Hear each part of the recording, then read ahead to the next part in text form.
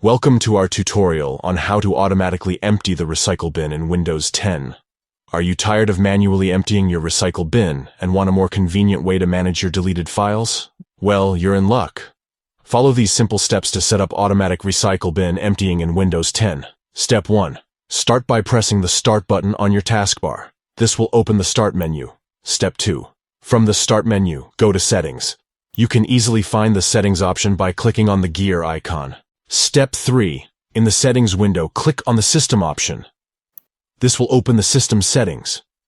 Step 4. Within the System settings, click on Storage. This will take you to the Storage settings.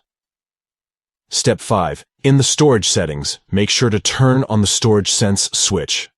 Once enabled, you'll see the option to change storage sense or run it now below the switch. Click on it. Step 6.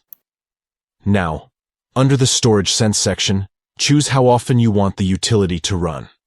You have the option to select from every day to every month, or only when disk space is low. Step 7.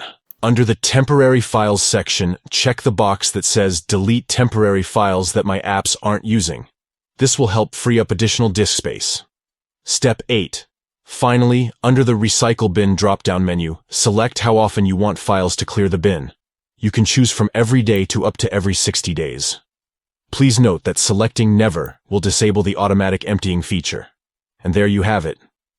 By following these steps, you can set up Windows 10 to automatically empty your recycle bin, saving you time and effort in managing your deleted files. We hope you found this tutorial helpful. If you did, please give this video a thumbs up and consider subscribing to our channel for more Windows 10 tips and tricks.